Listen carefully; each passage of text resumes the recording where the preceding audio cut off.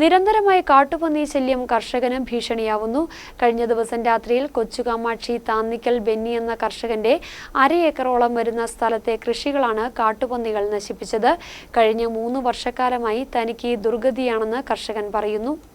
കൊച്ചുകാമാക്ഷി താന്നിക്കൽ ബെന്നി എന്ന കർഷകന്റെ 1/2 ഏക്കറോളം വരുന്ന സ്ഥലത്തെ കൃഷിവിളകളാണ് കാട്ടുപന്നിക്കൂട്ടം നശിപ്പിച്ചത്. നിരന്തരമായ കാട്ടുപന്നി ശല്യം മൂലം ഈ കർഷകന് കൃഷി ചെയ്യാൻ കഴിയാത്ത അവസ്ഥയാണുള്ളത്.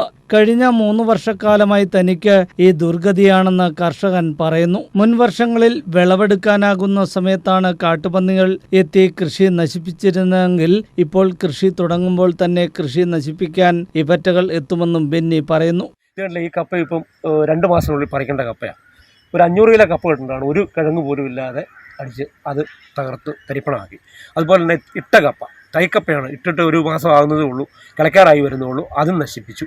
ഇഞ്ചിയാണെങ്കിൽ 10 കിലോ ഇഞ്ചിയുടെ നടിയിലുണ്ടായിരുന്നതാണ്, അത് മൊത്തം അതും തകർത്തു.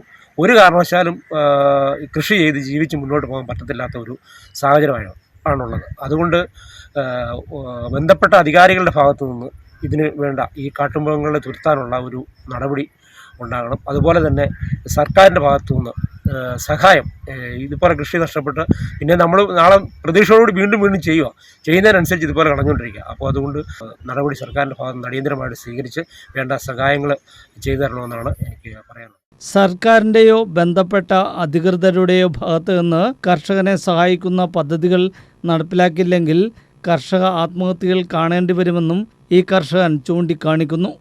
News bureau, Murickassery.